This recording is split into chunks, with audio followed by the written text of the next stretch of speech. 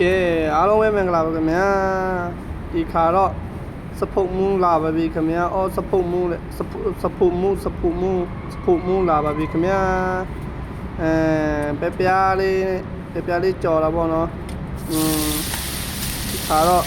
ဖုတ်မူးမျက်နှာလေးမြင်ရပြီအဲ့ဒါရုံးပရိကြီးငရုတ်ပေါ့ဘာညာခလော်လိုက်အိုးတကောင်းမပုံမဲ့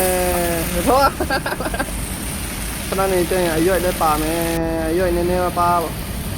ဘာရွက်ခေါ်လည်းမသိဘူးအဲ့ဒါနဲ့ရောလို့ရှင်ကောင်းမယ်ပေါ့ကောင်းပါပေါ့နော်စားကောင်းမယ်ပုံပဲပိုက်တော်စားနေပြီကျွန်တော်ဟင်းချက်တာလေးကိုမြင်ချင်းလိုက်ရင်ချဲလေးလို့လုပ်ပေးပါဦးနော်ညနောက်ခါကျရင်စပိုးမှုဟင်းချက်တွေ့ပေးမယ်ကြက်ပါပြီခင်ဗျာ